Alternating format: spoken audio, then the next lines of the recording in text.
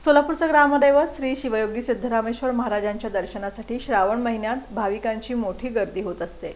यंदाही श्रावण पर्वाच्या पार्श्वभूमीवर श्री सिद्धरामेश्वर देवस्थान समितीच्या वतीने विविध धार्मिक कार्यक्रमांचं आयोजन करण्यात आलं आहे। श्रावण महिन्याच्या पार्श्वभूमीवर सोलापूरच्या ग्रामदैवत श्री शिवयोगी सिद्धरामेश्वर महाराजांच्या मंदिरात भक्तिमय वातावरण निर्माण झाले आहे। श्रावण महिन्यात दररोज मोठ्या संख्येने भाविक दर्शनासाठी येत असल्याने देवस्थान समितीने भाविकांच्या सोयीसाठी विविध उपाययोजना केल्या आहेत। श्रावण मास उत्सव समितीच्या माध्यमातून धार्मिक कार्यक्रमांचे आयोजन करण्यात येणार असून यामध्ये दररोज पहाटे काकड आरती, अभिषेक, ओम नमः शिवाय मंत्रजप, महाआरती आणि 108 नामावली अशा धार्मिक कार्यक्रमांचा समावेश करण्यात आल्याची माहिती पुजारी शिवशंकर हब्बू यांनी दिली आहे। दिनांक 13 ऑगस्ट गुरुवार पासून सनातन धर्मातील हिंदू धर्मातील पवित्र अशा श्रावण मासाचा प्रारंभ होत आहे।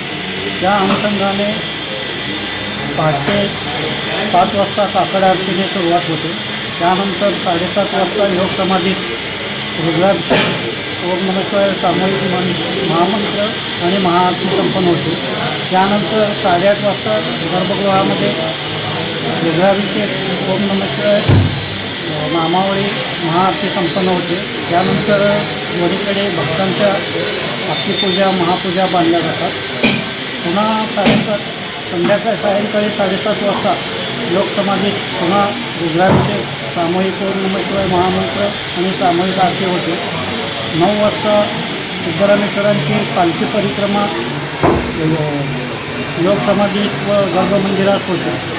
दरम्यान श्री सिद्धरामेश्वरांच्या योग समाधीवरील मेघडंबरीची आकर्षक सजावट करण्यात येणार असून श्रावणातील प्रत्येक सोमवारी पारंपरिक पद्धतीने सेवा केली जाणार आहे। तसेच मंदिर परिसरात स्वच्छता आणि भाविकांच्या सुरक्षिततेलाही प्राधान्य देण्यात येणार आहे। श्रावणातील शेवटच्या सोमवारी जिल्हास्तरीय भजन स्पर्धेचे आयोजन करण्यात आले आहे। तरी इच्छुक भजनी मंडळांनी देवस्थान पंचकमिटी कार्यालयात नाव नोंदणी करण्याचे आवाहन करण्यात आले आहे। याशिवाय मंदिर परिसरात येणाऱ्या भाविकांसाठी महाप्रसादाची व्यवस्था करण्यात आली आहे। भाविकांची वाढती संख्या लक्षात घेऊन दर्शन व्यवस्था, स्वच्छ पिण्याचे पाणी आणि सुरक्षेच्या दृष्टीने आवश्यक नियोजन करण्यात येत आहे। श्री सिद्धरामेश्वर महाराजांच्या श्रावणातील दर्शनाचा लाभ घेण्यासाठी सोलापूरसह परिसरातील भाविक मोठ्या संख्येने मंदिरात दाखल होण्याची शक्यता आहे।